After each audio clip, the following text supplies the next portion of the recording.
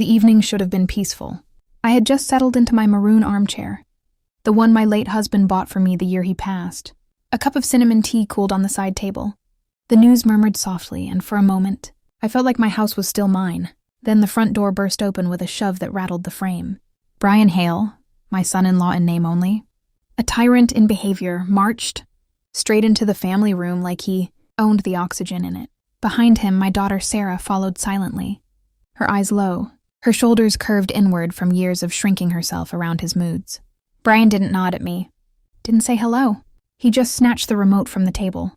With a smug smirk, he pointed it at the TV. Click! Darkness swallowed the screen. To your room, old woman, he said as if delivering a royal decree. I've got the game, and this room is mine now. His words sliced through the air, but the deeper wound came from Sarah, who stood frozen, mute, pretending to rearrange the grocery bag so she wouldn't have to meet my eyes. A single sentence could have changed everything. Don't talk to my mother like that. But she never said it. Slowly, I rose from the chair. My bones protested, but my mind did not. For the first time in years, something inside me clicked. Not a bone, but a truth. I was not weak. I was restrained. There is a difference. I walked to my bedroom, not to retreat, but to begin. In the bottom drawer sat an old leather pouch containing the documents Brian always forgot existed. I pulled out the blue-banded folder and opened it. Inside was the original deed. Owner Marina Ward. Not Brian, not Sarah. Me. My house, my rules. I had simply forgotten that. I placed the papers in my handbag, grabbed my keys, and walked straight through the living room. Brian didn't even look up, already sprawled on my couch, already drinking the soda I bought, already assuming I had vanished into fear like I always did. But as I stepped out the front door, I didn't feel fear. I felt direction. Outside, the air was cool and honest. I hailed a cab and sat down with a clarity that tasted like freedom. Where to? The driver asked. The Meridian Hotel, I replied. And then I need to make a call. I scrolled through my contacts and tapped a name. Mr. Langford, property attorney, he answered with concern. Marina, what's happened? I'm evicting 2 tenants, I said. Tomorrow. But I had no idea that the first knock on my door, the next morning, would shatter Brian's confidence and start a chain of events he never saw coming. The taxi stopped in front of the Meridian Hotel, its marble entrance glowing under warm yellow lights. I stepped out feeling lighter than I had in years. The doorman rushed to help, assuming from my age I needed assistance. But he didn't know I had never been steadier. Inside the room, I turned on the TV at the volume I preferred, ordering a bowl of soup and a glass of red wine. For once I tasted my meal without hearing anyone complain the food wasn't seasoned enough, or that I was chewing too loudly. Silence, real silence, is a luxury most people never understand until they lose it. My phone buzzed. Mr. Langford had texted, "Come at 8 a.m. Papers ready." I slept soundly, deep uninterrupted sleep, something I hadn't felt in years. Morning came with clarity. A quick shower, a simple navy blouse, and a fresh sense of purpose were all I needed. At Langford & Associates, the receptionist offered me coffee and a seat. I watched the clock, calm but alert. Mr. Langford appeared holding a thick folder. I drafted the notice to quit, he said. 30 days to vacate, no lease, no rights. Full authority is yours. Good, I replied. Let's serve it today. He nodded toward a tall young man in a charcoal suit. This is Elias Cruz, my junior associate. He'll deliver the documents. Elias stepped forward, polite, professional, completely unfazed. Mrs. Ward, I'll be at your property in 20 minutes. My heart didn't pound. It didn't race. It simply moved with a rhythm I recognized. Control. I sat in the office reception and waited. At exactly 9:32 a.m., my phone rang. Sarah. I let it ring twice before answering. Mama, please, there's a man here. He's handing Brian some notice. Brian's losing it. He's shouting. What is this? Behind her voice, I heard Brian yelling something about rights, lawyers, and that ungrateful old woman. Tell him, I said calmly, that the old woman is not available for screaming today. Mama, this says eviction. 30 days. Have you gone mad? No, I said. I finally woke up. Sarah whimpered. Brian barked something unintelligible. Read the paper, I continued. Obey it, no theatrics. This is a legal process, not a family tantrum. I ended the call. The red button brought peace so quickly, I wondered why I hadn't embraced it sooner. Mr. Langford peeked through his office door. Everything go smoothly? As smoothly as waking a sleeping beast, I said. He chuckled. Then brace yourself. This is only the first ripple, because what happened just 2 hours later didn't just ripple, it erupted, proving that Brian Hale was far more afraid of losing power than losing his home. After ending Sarah's frantic call, I set my phone down and breathed in the quiet of Mr. Langford's office. It felt strange, almost luxurious, to sit somewhere without being summoned, interrupted, or scolded for existing in my own home. For the first time in 4 years, I wasn't walking on eggshells in my own kitchen. I was simply waiting. The receptionist brought me a small cup of caramel-scented coffee, and I wrapped my hands around it. The warmth grounded me. Every sip tasted like recovery. Then the phone buzzed again, violently, insistently. Brian Hale. I didn't answer. He called again. Decline. Then again. Decline. A text followed. Come home. We need to fix this now. Fix this. Not apologize. Not reflect. Fix his inconvenience. I set the phone aside as if setting down a fly. A second text arrived from Sarah. He's furious. Please come. Please talk to him. He says you're humiliating us. Humiliation. Funny word coming from a man who told me to go to my room in my own house. I was about to silence the phone entirely when Mr. Langford approached, adjusting his glasses. Mrs. Ward, he said, since you're here, let's discuss the next steps. I nodded. I want everything airtight. We're already halfway there, he assured me. But if you truly want pressure to be felt, turn off the utilities. You're paying for, I thought about it. The internet he lived on, the cable he commandeered, the grocery card Sarah used because Brian spent their money on investments. Yes, they were all in my name. Suspend everything, I said. Not cancel, just pause. They can restore it when they start paying for themselves. Langford cracked a knowing smile. That will destabilize him faster than the eviction notice. I took out my small notebook and wrote a simple plan. Step 1, legal notice, done. Step 2, financial boundaries, starting now. Step 3, silence, no explanations. No guilt, no chaos. I called the internet provider first. Please suspend services at my address. Effective immediately. Then the cable service. Then the landline. And finally the bank. Yes, I said to the bank representative. Freeze the supplementary card under Sarah Hale's name. Limit all spending to my number only. The changes were confirmed. 5 minutes later, my phone buzzed with a notification from the bank. Transaction declined, 82.75 prime rebuy. I smiled. Barely a curve of my lips, but a victory all the same.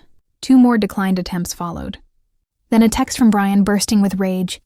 What did you do? I sipped my coffee slowly, deliberately, and for the first time I didn't rush to answer, because what Brian did next, publicly, loudly, and stupidly, proved that the eviction notice was only the beginning of his downfall. The restaurant was calm, its soft music brushing against my thoughts like a feather. I sat alone at a corner table, savoring a warm bowl of mushroom risotto. For once, I wasn't eating quietly so someone else's temper would stay stable. I wasn't timing each bite around another person's mood. The phone on the table buzzed again, twice. Buzz, buzz, buzz, buzz. Notifications from the bank. Declined. 48.20. Organic market. Declined.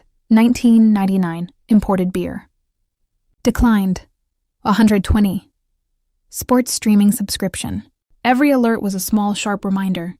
Brian Hale could roar, but he couldn't outrun a frozen card. Then came the call. His name flashed on the screen like a storm warning. I answered only because I wanted to hear the panic in his voice. And I wasn't disappointed. What did you do? He roared so loudly that nearby diners turned their heads. I lifted my wine glass and took a slow sip. I turned off the services I pay for, I said calmly. If you want them, connect them yourself. You can't just cut us off. I need my accounts. I have business. Your business can survive a few hours of discomfort, I responded. You survived shouting at me for years. You think you can treat your family like this? No, I replied. I think family treats each other with respect. You don't, so you get rules instead. The silence that followed wasn't really silence. It was humiliation. Then, predictably, he exploded. You haven't heard the last of this. You're ruining everything. I hung up while he was still yelling. The red button on my phone was becoming my favorite form of self-care. Moments later, a message from Sarah arrived. Brian is shouting in the grocery store. People are staring. He says you've embarrassed us. Embarrassed them? They embarrassed themselves. I finished my meal peacefully, paid the bill, and walked out with my head high. The Meridian Hotel lobby welcomed me with its cool air and soft lighting. I slipped into my room, kicked off my shoes, and lay on the bed. The quiet wasn't empty. It was earned. Just before drifting into an afternoon nap, my phone rang, the hotel reception. Mrs. Ward, your daughter is in the lobby. She's asking to speak with you. Says it's urgent. Of course she was. People always came running when their comfort was threatened. Not when your dignity was. I changed into my beige blazer, straightened the collar, and took the elevator down. Sarah stood there, hair messy, hands shaking, tears on her cheeks. Mama, she whispered, Brian says you've destroyed our life. I walked toward her slowly, without fear, without guilt, because I knew something she didn't. The only life I destroyed was the one Brian built on controlling me. And tomorrow, in Mr. Langford's office, that foundation would collapse in front of him. Sarah stood in the hotel lobby like a woman bracing herself against a strong wind. Her bun had loosened, mascara smudged beneath her eyes, and her hands trembled as if holding invisible weights. When she saw me walk out of the elevator, hair brushed, blazer straight, posture firm, her expression cracked. Mama, what are you doing? She whispered. I motioned toward a quiet corner with armchairs. We'll sit, and we'll speak calmly. She obeyed immediately, sinking into the chair like a guilty child instead of a 40-year-old woman. That alone told me how deep Brian's influence ran. Mama, she began, voice shaking, this is getting out of hand. You cut off the internet? The grocery card didn't work. People watched us at the store. Brian feels humiliated. I crossed one leg over the other slowly. And when Brian told me to go to my room because the living room was his, was I not humiliated? That was different. He was stressed. He had a bad day. No, Sarah. I leaned forward, keeping my voice steady. That was a man revealing himself. Her lips trembled. Brian says you're tearing the family apart. Then it must not have been a family, I replied. If unplugged internet can break it. She exhaled sharply, frustration rising. You should have talked to me first. We could have solved this privately. Privately? I repeated. I have been privately swallowing insults for years. Privately being treated like a burden. Privately shrinking so he could fill the whole house with his arrogance. Privacy is where I lost myself, Sarah. She stared at her lap, silent. And now, I continued, I am done with privacy. I am choosing order, respect, boundaries. Her eyes shimmered with tears again.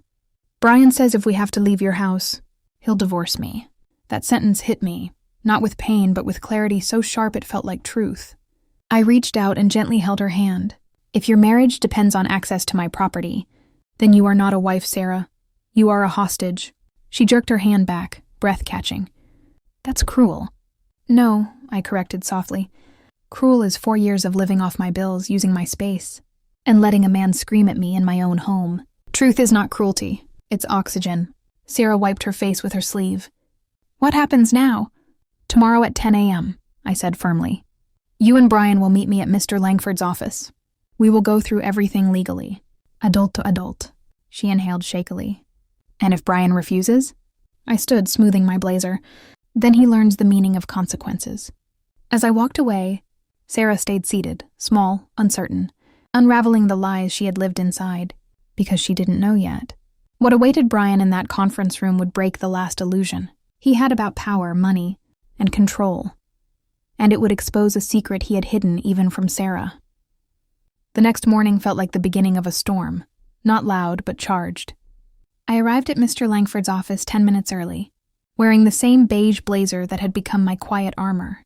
The conference room was cool, its long table polished, documents stacked neatly like soldiers waiting for orders. Mr. Langford sat to my right, posture straight, expression sharp behind his glasses.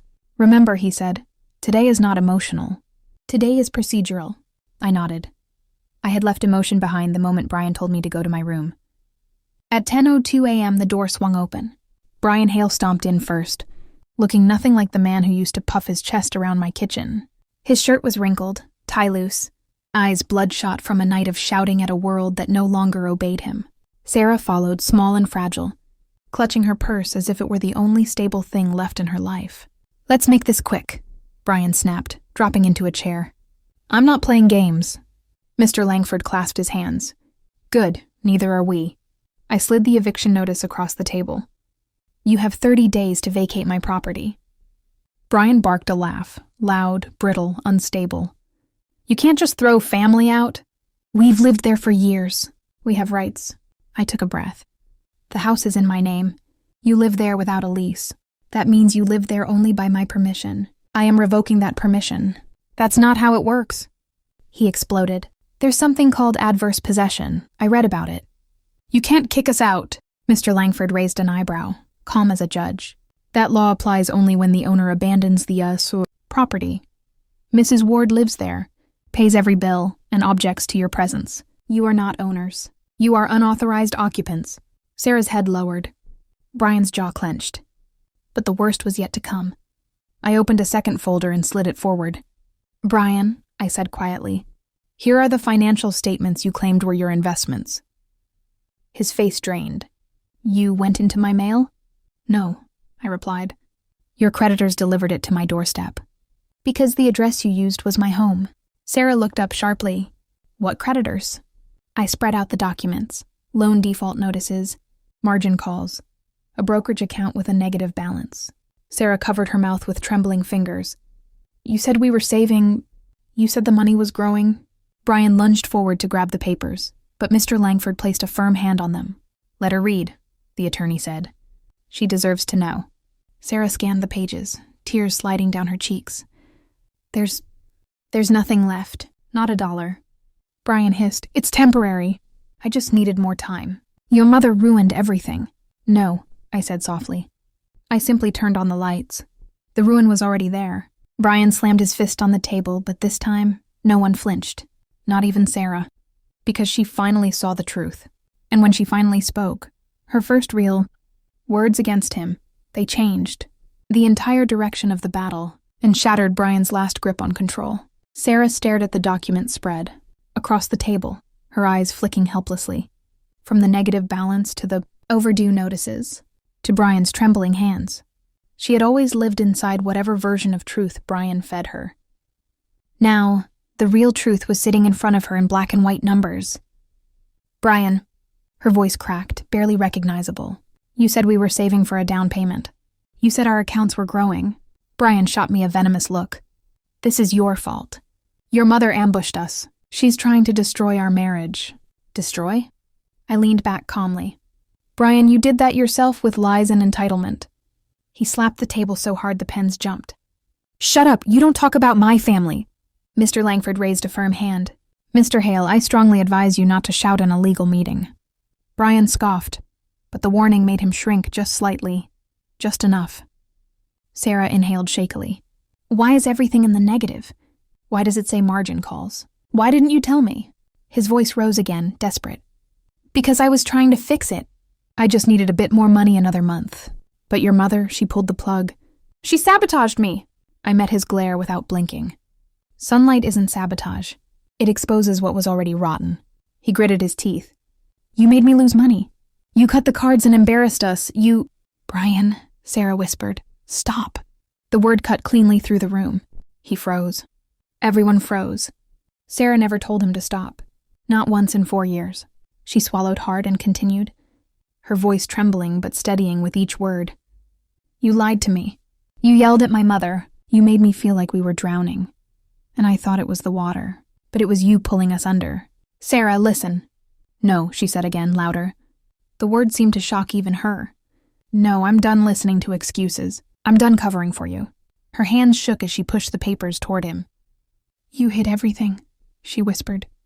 "If Mom hadn't shown this, you would have dragged us into bankruptcy." He slapped the papers away. "So what? Your mother is just being dramatic. She can't throw us out."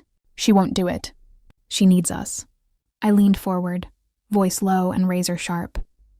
"I don't need you. I don't rely on you, and I am no one's hostage," Brian snarled. "You think you can win? You think you can beat me legally? I'll sue. You'll regret this." Mr. Langford slid a new document across the table. "Then you should read this," he said. "It's a formal notice of consequences if you retaliate. Threaten or harass Mrs. Ward. Brian looked at the paper. His face drained white. For the first time in years, he understood. His shouting meant nothing here. Sarah exhaled a shaky breath, and for the first time since entering the room, she lifted her chin. "Mama," she said quietly, "what happens next?" What happened next wasn't just a legal step, it was the moment. Sarah made a choice that would turn Brian's entire world upside down. After the first shock had settled, the room felt unusually calm. Brian's chest heaved, eyes darting from the papers to Sarah to me, like a man realizing the ground beneath him had shifted overnight. And in a way it had. I cleared my throat and let my voice fill the room, not loud, not threatening, just measured. "Let's be clear on the rules," I said. "This is my house. Your occupancy was a privilege, not a right. You will vacate within 30 days. Utilities are suspended. Supplementary cards and accounts you used under my name are frozen. Everything else is consequences. No exceptions." Brian blinked rapidly. "You can't—" "I can," I interrupted. "And I will." Sarah exhaled, tension leaving her in slow waves. She had needed someone to say it, to finally show her boundaries. And now the rules were being spelled aloud. "You will not harass me," Mr. Langford added. "Any attempt to intimidate will be documented and enforced legally." Brian slumped back in his chair, face reddening. He seemed to grasp for words but couldn't find one that mattered. 30 days, I repeated. No screaming, no negotiations, no emotional manipulation. You either comply or the law does it for you. Sarah's eyes finally met mine. "Mama, are you sure?" she asked softly. "Yes," I replied. "I've spent 4 years shrinking myself to survive in my own home. No more. Today you understand what boundaries look like."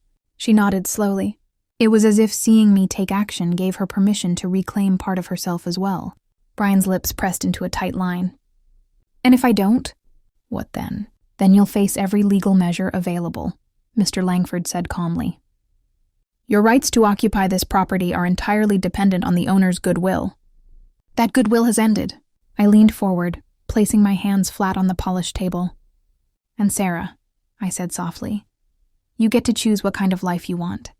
No one can dictate it for you. Not Brian, not me, and certainly not fear." Sarah swallowed and straightened her shoulders for the first time in years. It was subtle, but it mattered.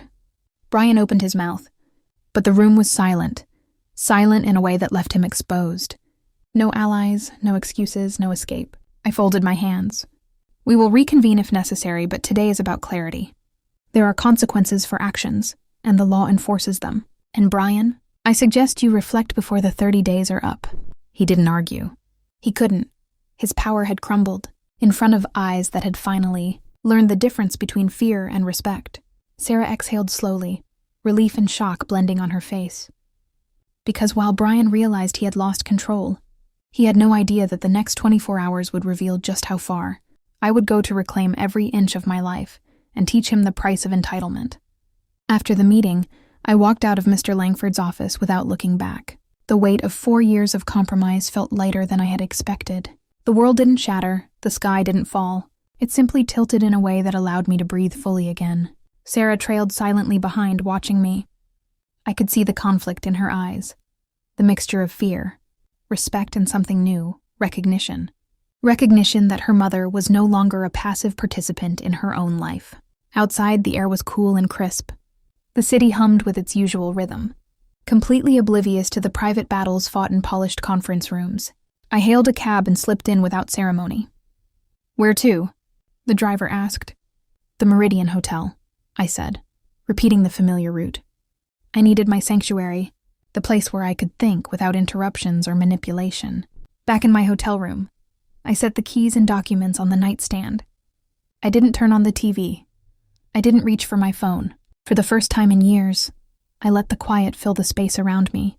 Silence became a weapon, not for revenge, not for spite, but for clarity. Brian's world would fracture because he had spent years using my fear as fuel. I no longer provided it. The phone buzzed once. A text from Sarah. "Mama, thank you." I see now. I think I understand. I didn't reply immediately. Silence, after all, carries more weight than 1,000 words. I took out my small notebook and wrote the plan for the coming weeks. Utilities remain off. Legal deadlines observed. Inventory completed. All interactions minimal and controlled. Each entry brought a sense of precision. a reclaiming of space that had been misused. Later, I went for a short walk along the riverfront. The water reflected the afternoon sun, calm, unflinching. It reminded me that life continues regardless of the chaos others create. By the time I returned to the hotel, I had made decisions about every minor detail. Who could enter? What could be touched when things could be moved? I wasn't angry. I wasn't triumphant. I was in control. I opened my laptop and drafted messages to Mr. Langford, confirming the next steps, check-ins, inventory, and security measures. Every message was concise, clear, and unambiguous. The final message read, "Tomorrow begins the process. I am prepared. No exceptions. Silence will enforce itself." I leaned back in my chair and let the room absorb the quiet. The city's distant hum was no longer intrusive. It was merely ambient. And that's when I realized, true power isn't in shouting, controlling, or proving yourself. It's in the calm that follows the storm when everyone else is still screaming. Tomorrow, Brian would learn that silence can speak louder than any threat, and that one quiet morning could undo years of entitlement and arrogance. The next morning arrived crisp and clear. I dressed in my beige blazer and navy trousers. Simple yet deliberate, my armor for the day. The hotel room felt different now, no longer just a refuge but a command center. Every item in its place reflected the control I had reclaimed. By 8:00 a.m., I was on my way to the house, though I wouldn't be entering it. Today was about presence without panic, presence without surrender. Mr. Langford's associate, Elias Cruz, was already waiting with the eviction documents and inventory checklist. He greeted me with quiet professionalism. "Everything is ready," he said, handing me the folder. We arrived at the house 20 minutes later. Brian and Sarah were both present, Sarah pale, tense, but holding herself straighter than the day before. Brian's face was a mask of disbelief, his usual bluster attempting to fill the air but falling flat against the calm authority of legal procedure. Elias handed him the formal notice and explained each step carefully. "You have 30 days to vacate," he said. "This includes all personal property and the keys to the premises. Any breach will be documented and enforceable." Brian's voice cracked as he argued, pointing at me and shouting, "This isn't right. You can't do this! We live here, I raised a hand and let the silence stretch. I didn't shout. I didn't argue. I simply watched him flounder, the sound of his own desperation echoing off walls that had long been mine. Sarah's eyes darted between us, finally meeting mine. Her lips parted, almost a question. I shook my head gently. No. Elias guided them through the inventory process. Brian tried to intervene, trying to claim items, shouting about payments, arguing about investments, and mistakes. But every word he spoke fell into the empty air like paper in a draft, meaningless. By 12:30 p.m., the house was empty of tenants. Keys were turned over. The inventory verified. The last argument died on the porch steps. I didn't feel triumph. I felt order, a restoration of what had always been mine. Sarah lingered at the edge of the driveway. "Mama," she said softly, voice wavering. I think I understand now." "Yes," I said. "This isn't revenge. This is boundaries. This is adult life. This is what living without fear feels like." Brian stormed off, shouting threats that fell flat. His power dissolved in the calm efficiency of legality and preparation.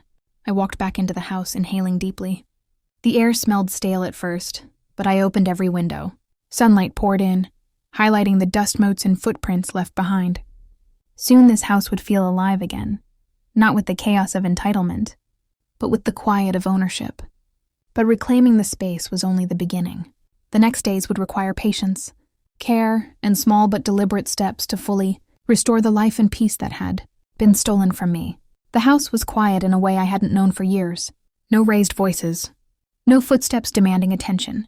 No sense of intrusion. Only silence, steady, patient, and waiting for me to step back into it. I began by opening the windows. A breeze swept through the family room, carrying away the stale air of years spent tiptoeing around other people's moods. I pulled on gloves, filled a bucket with warm water, and started with the baseboards. Dust and grime came up slowly, revealing surfaces that had been hidden under neglect and chaos. Shelves were wiped, corners scrubbed, floors mopped, the rug that had felt like a trap beneath. My feet regained softness under a stiff brush. Every movement restored the rhythm of ownership. Each task a reminder that this house belonged to me, not to anyone who had claimed entitlement over it. Later, I prepared tea, placing the kettle on the stove as the sun poured through the windows. The aroma of fresh leaves mixed with the faint scent of cleaning products, a strangely comforting combination. The doorbell rang softly. I knew immediately who it was. Zoe and Olga had arrived, along with Betty, a neighbor I had been helping quietly over the years. Betty was hunched, eyes red from crying, clutching a small stack of papers. "My son," she whispered, voice trembling. "He wants me to sign the house over. I'm scared. He'll be angry if I refuse." I guided them inside, placing cups of tea in front of each woman. "No one signs anything under fear," I said calmly. "The house is yours until you decide otherwise. We'll talk, we'll plan, and we'll write things down so that nothing can be forced upon you." We spent the afternoon creating notes, lists, and reminders. Wills, powers of attorney, separate accounts, and clear boundaries. I showed them how to check property records, how to protect their finances, and how to say no without guilt. By the end, Betty's shoulders had straightened, her expression lighter. "I feel safer," she said softly. "Not because anyone is taking control, but because I know what I control." Sarah visited later in the evening. She walked through the peach-painted rooms, running her fingers over the walls. "It's warm," she whispered. "A house should feel like this." I nodded. "Warm, comfortable, yours to inhabit as adults, without fear, without manipulation." We sat quietly, sipping tea, letting the calm seep in. I realized that reclaiming the house had been only part of the victory. The greater part was reclaiming myself and teaching others to reclaim themselves too. Because tomorrow, the last piece of the puzzle would fall into place. Absolute control over my home, my boundaries, and finally, my peace, without anger, without fear, and without anyone else dictating my life. The morning sunlight spilled into the family room like a promise. I woke without an alarm, savoring the rare calm that had been absent for decades. Today was not about conflict. Today was about restoration. I brewed coffee, the aroma filling every corner of the house, and placed a small notebook on the table. Its pages contained plans, notes, and reminders, small but deliberate steps to protect my space and maintain order. Every decision I had made over the past month had led to this. A home finally returned to its rightful owner. By 10 a.m., I was at the cafe nearby, enjoying oatmeal and tea, letting the world carry on around me while I claimed my peace. My phone buzzed with a message from Elias Cruz. All keys and inventory confirmed. Property vacated. No incidents. The house is yours, fully. I smiled, not out of triumph, but because of quiet satisfaction. The house had breathed again, free from the chaos that had long overshadowed it. Later that afternoon, Sarah stopped by. She walked slowly, deliberately, tracing her fingers along the peach-colored walls. "It's warm," she said quietly. "The house feels alive." "Yes," I replied, taking her hand briefly. "It's exactly as it should be. Warm, welcoming, but with rules. Boundaries are not cruelty. They're protection." We sipped tea in the quiet living room. No television blared. No cards were declining. No one's anger dictated the rhythm of the day. We simply existed, together yet free, present yet unbound. Zoe and Olga arrived later, carrying notebooks and questions about wills, accounts, and personal boundaries. We spent the afternoon discussing finances, passwords, property, and the importance of saying no firmly and without guilt. Each woman left with a sense of purpose, of control, and of self-respect. By evening, I returned to the peach-painted family room alone. The air smelled faintly of tea and fresh paint. I ran my palm along the back of the armchair I had sat in for years, the one that had once held only memory and endurance. Everything was back in its place. My keys, my documents, my notebook. The house was quiet. The music of ownership played softly in my mind. I could hear my own breathing clearly, uninterrupted.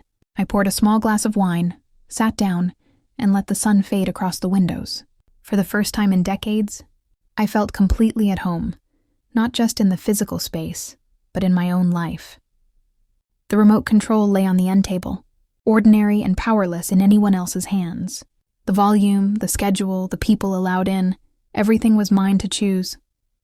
Ownership isn't about keys or walls. It's about knowing your worth, setting boundaries, and reclaiming your life. And for the first time, I was fully, unmistakably free.